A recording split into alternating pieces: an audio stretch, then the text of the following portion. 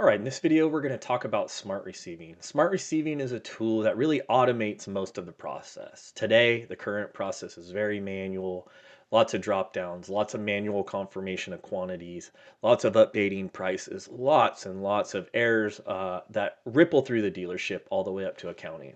So, smart receiving is a tool that's designed to make the process a little bit easier. So, let's take a look about how that works. The first thing is seeing if it's on for the appropriate vendor. At this current time of this video, we have two vendors participating. We have Turn 14 Distribution and Can-Am or BRP parts for parts. So for example, if I want to make sure it's turned on for Turn 14, I would go to my vendors tile. I would then search for the appropriate vendor, in this case Turn 14, and then I would open up the record. And over in my collapse menu, I'll see parts and accessories. I would click that, and then that'll bring me to the parts and accessories part of the page. Up there, you'll see a toggle, as we see right here, and then you can just click that toggle on, hit save, and then come to your initials, do a drop down, and do an application reset. At that point, smart receiving will be on, and anybody that needs to see it should do an application reset on their machine to make sure that the changes apply. Okay, once you have that on, you can come to your dashboard, and now we'll simulate what it takes to smart receive an item. So the first thing we're going to do is we're going to come over to the receiving tile under parts. We're going to click that there, and that'll take us to the parts receiving page. And from here, there's kind of two ways we can do this. If we select the vendor, in this case, Turn 14, you'll notice that the page updates a little bit and we see the smart receiving button. And the reason is when smart receiving is on, when you're on the current page, you now just manage back order and cancel parts here. Pretty simple. If you need to cancel a part, you can. If you need to back order a part, you can. That's where you would do this. Again, when we receive parts, we won't be doing it on this page anymore. We'll be doing it on the smart receiving page. And while we're in the demo of the video, you see here, this is where we can kind of see the outstanding parts. I have three different parts on here. I have an older PO that looks like it's looking for a stock part, and then I have two other POs, 155, 156. One has a special order, one doesn't, but they're both for the same part. There's probably a good chance that order was put in at the same time. So let's simulate what's happening. And one of the things we're going to do right now, just for demonstration purposes, is we're going to say we put in those orders and we're going to put a back order quantity to 1 on the standard part receiving page, just so when we move forward, you can see when we smart receive an invoice, it will actually pick that up. And that's one of the main benefits, is not having to manually zero out a back order to enter a receiving quantity amount. So we're going to do that right now. All right, so we have a back ordered part, we put in some POs, and now a box is going to show up, and we're going to go to Smart Receiving. So we click our Smart Receiving page, and we come here, and we're going to go to Turn 14 Distribution. We see it here, and we're going to say Find Invoice. Now we can find invoice different ways for different vendors in the terms of finding an invoice for Turn 14. I can do it by tracking number, I can do it by PO number, or I can do it by invoice date. The tracking number is probably going to be on the box. That's not a bad one. Some manufacturers, some distribution places put the PO number on the shipping label as a reference. So you could use those two, or you can use invoice date.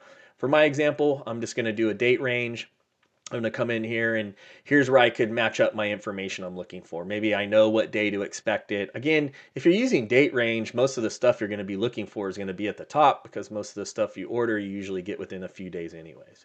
So maybe this is the order I know. I have the invoice. I see the invoice number, easy to find. I click it, and I had add selected. Now, compared to the old process where I'd have to go find the in the list and manually enter that, I do not have to do it. The first thing we can see here is that we got some color coding. Just like on the previous screen, any part that's highlighted yellow is to let you know that it's a special order part. In the case of a part like we have here that's all white, that means it's for stock. And if you see a part that's pink, this means that the part was not part of the PO. This is not something that originally was there. So maybe when I placed that order for 155 and 156, I had to call in and add some parts even though I already placed the PO. So in my system, it didn't think I was waiting for them, but I did ask for them, and when I receive them, it's going to let me know, hey, these weren't part of this PO or tied to any PO. So that's what pink means. If you're a dealer who does not use purchase orders and you just receive parts strictly receiving without PO, every time you load this process, all the parts are going to be pink. Pink does not mean anything bad or that anything needs to be fixed. Again, it just simply lets you know that it's not tied to any type of PO in your system, which is completely normal if you don't use purchase orders. And what it'll do is create the PO number next in line, just like it would using the standard receive without a PO process. There's also one other color that's in the process. If you have to dispute something, so in this case, maybe they shipped us 2 of these 5-gallon jugs, but one, fell off a truck, got missing, something like that. I want to dispute it and say, hey, I only got one. You'll notice when I dispute that, my row turns to a brown color. That's what brown is for. It's to just let somebody know they accidentally changed it. Maybe they didn't mean to out of habit, or they did 100%, like in this case, a part was left out.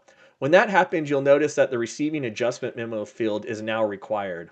And in a best practice, what you would probably want to do right here is contact T14. Let them know at this point, hey, something went wrong.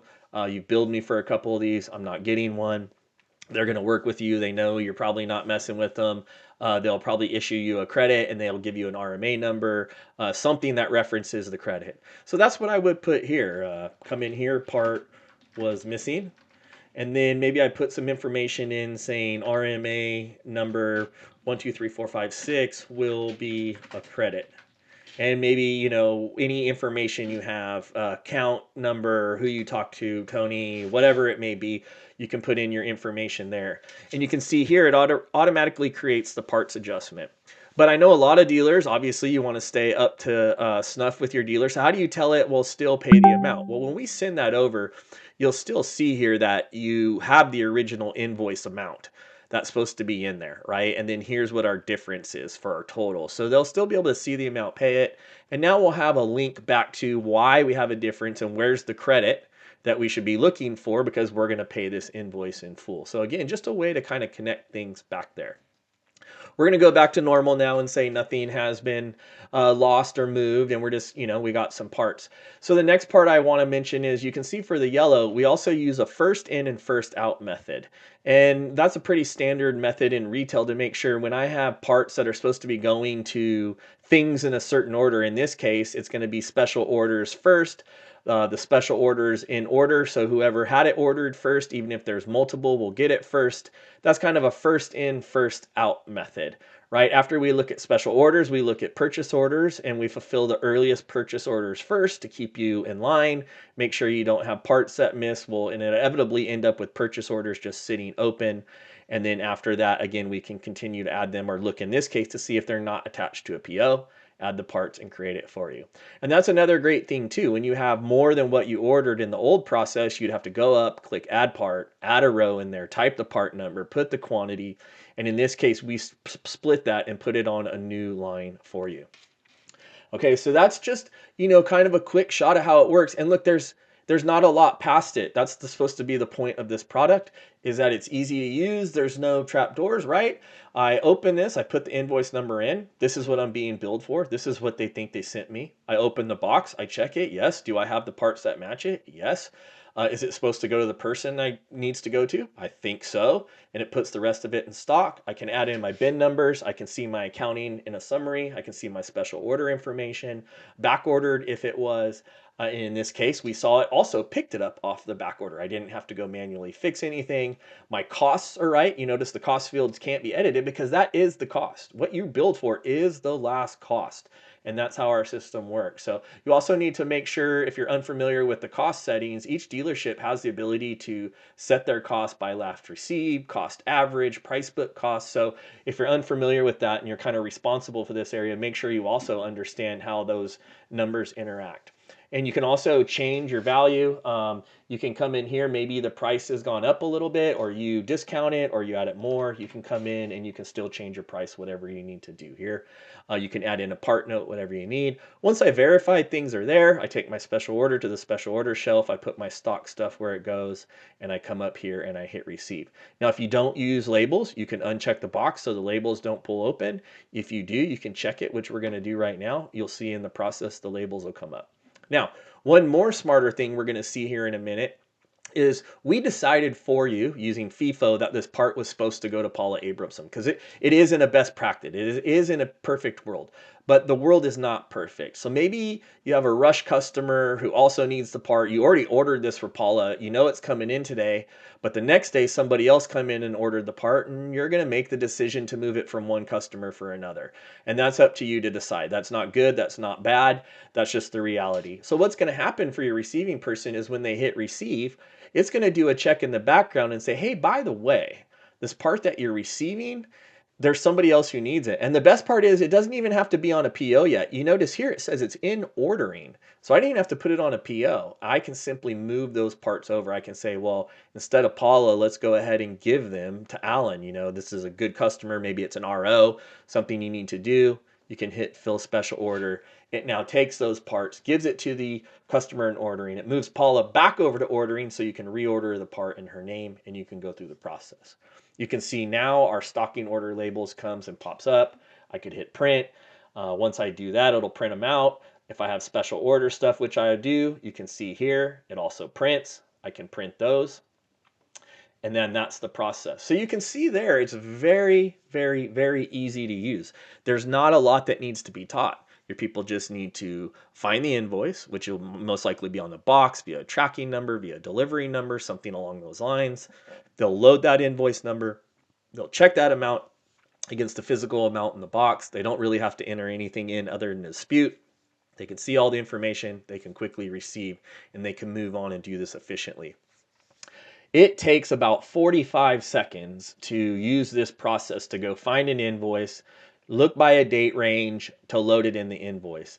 If you were doing that with receiving without a PO and you had 40 parts, and this has been tested, that would take roughly 10 minutes for you to receive all those parts manually perfectly without making any mistakes. And that's usually not the reality.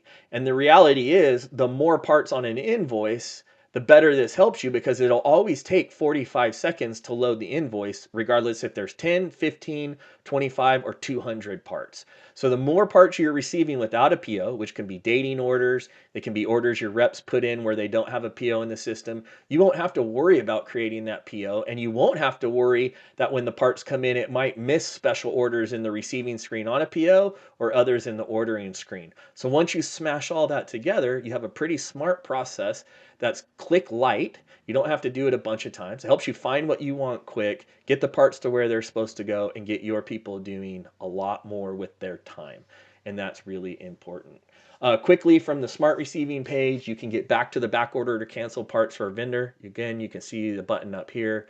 Go to back ordered canceled parts, and we can come in here. Now, one thing that's important to know is you cannot be receiving parts and using back order in one place and smart receiving in another. So what you'll notice is if I come here and I say find invoice and I put in a date range and I go to search for a part, let's see this invoice down here. Let's try this one and we put it in.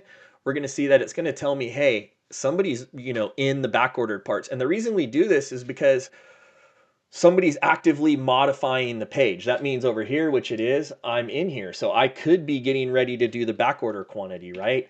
And that's what it's supposed to help me pick up so that I go, oh, wait, I better check to see what's going on with somebody because I want it to pick up the back order part. Now I can override the session. Maybe somebody went home sick or something weird where they forgot to close it and you got to move on. You can take that over. In the event you do, if you hit yes, it's simply going to go back and it's going to tell the person on the other screen that their session has been overridden. They're going to hit close and it's going to turn the page into a README, which is our current logic that we have today, smart receiving or not, to where you can't have a vendor open in ordering and a vendor open and receiving at the same time because it can create a conflict in data. So hopefully by using the smart receiving tools, you'll be much more optimized in your dealership. It'll improve accuracy. It will improve accounting. It'll be easier to train new employees in an area that has a lot of responsibility, a lot of detail, and a lot of heavy volume. By learning this process and potentially adopting it in your dealership, which can be hard for people. Nobody loves change, and it's been done the same way in the DMSs for many years. I've been there, but trust me when I tell you, adopting this process will be a step forward for your dealership that will add a competitive advantage, letting your people do more.